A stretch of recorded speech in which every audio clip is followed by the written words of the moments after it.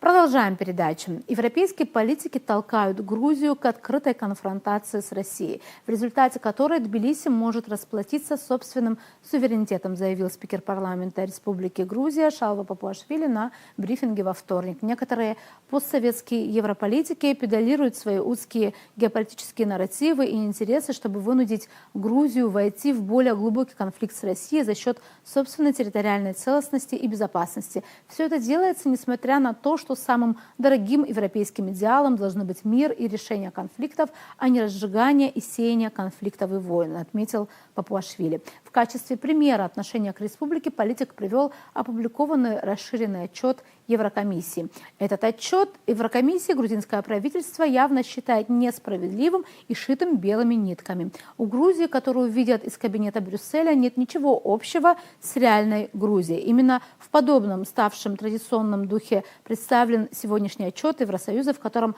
отрывок о Грузии сшит белыми нитками. А часть отчета, которая дает оценку прогрессу страны, основываясь на измеряемых показателях, написана очень сухо и малословно. Политическая же часть отчета агрессивная и несправедливая. В представленном отчете Евросоюза с использованием этнических эпитетов обвиняют Грузию в продвижении русской дезинформации, но при этом умалчивают о вмешательствах своих послов в выборы, добавил Папуашвили. Конец цитаты.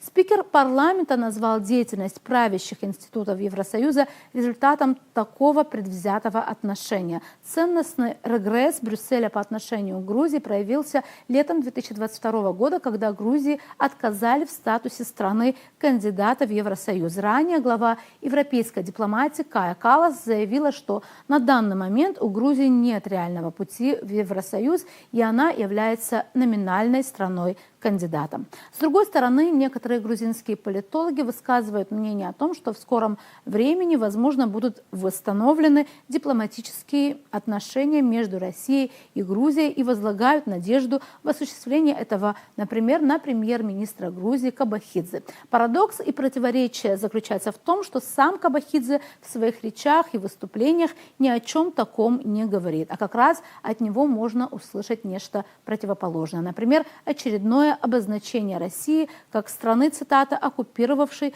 20% территории Грузии. Так, 30 октября он заявил, что обвинять грузинскую мечту в том, что она пророссийская, неконституционно. Что может быть более антиконституционным, чем обвинять избранное народом правительство в том, что оно действует по указке государства, оккупировавшего 20% нашей территории. Что может быть более вредоносным и неконституционным, чем это, сказал Кабахидзе. Думаю, комментарий тут излишний.